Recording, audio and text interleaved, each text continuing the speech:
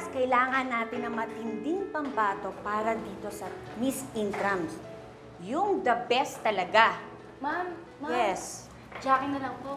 Opo, ma'am. Sigurado po tayo dyan. Di lang Tisay, super ganda pa talaga. Oo, Jackie, ikaw na lang. Okay. Jackie na lang. Okay.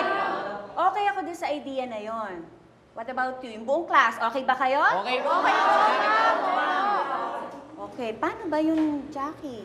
Nako, hindi po pwede. Ayan na naman yan, hindi po pwede. Pero ma, naka-oo na ako. Umasa yung buong klase na ako lalaban nila, tapos di ka papayag? Eh bakit ka sumagot nang hindi ka nagpapaalam sa akin? Suportado naman daw po ako ng buong klase. Tutulong daw sila sa gastusin. Aba, ewan ko sa'yo. Bahala ka. Eh, ikaw naman eh, kahit naman anong sabihin ko sa'yo, kahit pigilan kita, hindi ka susunod sa akin.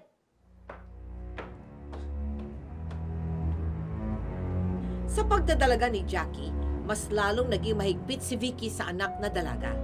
Gwardyado nito, pati ang oras ng pag-uwi ni Jackie. Sige na, kuya. Ikaw na lang kumusap kay mama. Saan ka ba galing? Gabing-gabi na. Birthday nga po ng kaklase ko. Kumain na kami sa labas. So, birthday ulit. Yan ang katwiran mo. O school project. Birthday po talaga ng kaklase ko. Kay birthday, kay kasal, kay binyag ng kung sino man, sana naman, Jackie, sa susunod matuto ka magpaalam. Naintindihan mo? Ma, tita, ako na pong bahala sa kanya.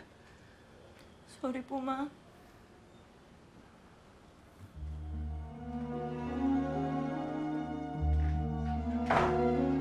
Wala na ako nagawang tama.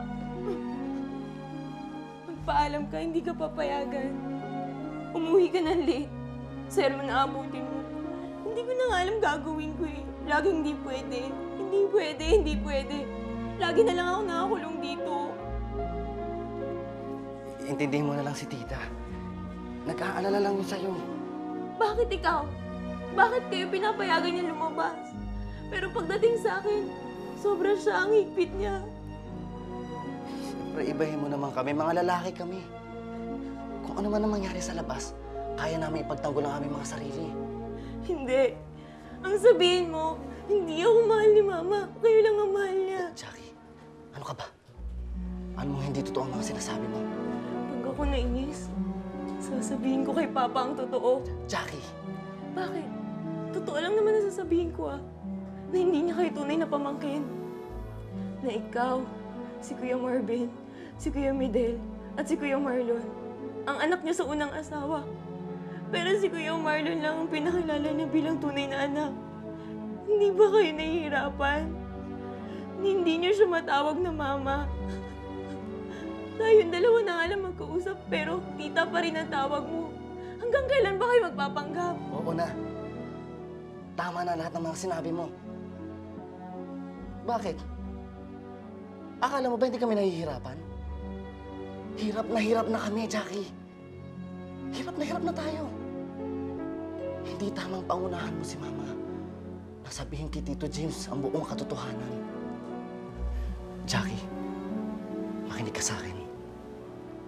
Kung ano man ang dahilan ni Mama, kung bakit hindi niya sinasabi kay Tito James na totoo, kailangan nating irespeto yun. Naiintindihan mo ba ako? Bagamat tutol at may sama ng loob, hindi rin natiis ni Vicky ang anak na si Jackie. Kaya naman, sa araw ng contest... Jackie? Jackie? Jackie, gising na. Ma, sorry po. Anong sorry? Ikaw naman, hindi ka na nasanay sa akin. Anak, hindi ako galit sa'yo. Kung minsan lang talaga medyo may pagkamaingay ang bibig ko, pero hindi ibig sabihin nun, matitiis kita.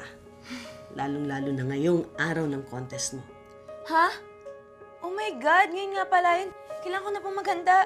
Kaya nga kita ginigising eh. Dahil nandyan na yung makeup artist na mag-aayos sa'yo today. Talaga po? Ginawa niyo po yun para sa akin? Aba, syempre! Gusto ko naman ikaw ang pinakamaganda ngayong araw na ito. Dapat ikaw ang mananalo. Ha? Thank you po, Ma. I love you po. I love you too. Dahil sa suporta ng magulang, pinalad si Jackie na manalo sa contest na iyon. Kaya naman, lalong napalapit si Jackie sa kanyang ina.